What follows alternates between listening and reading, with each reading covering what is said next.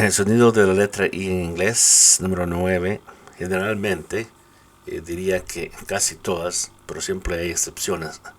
Si hay una I y una R al final, o sea, no al final, pero generalmente en el medio o al final, se escucha con una E.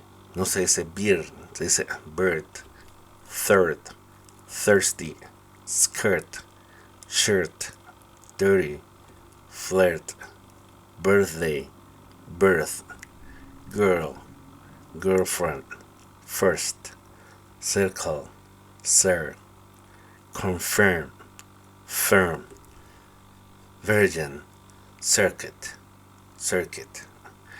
Entonces, como ustedes pueden ver, se pronuncia de esta manera. Que tengan muy buena suerte, sigan adelante y vayan al canal para aprender otras pronunciaciones. Gracias.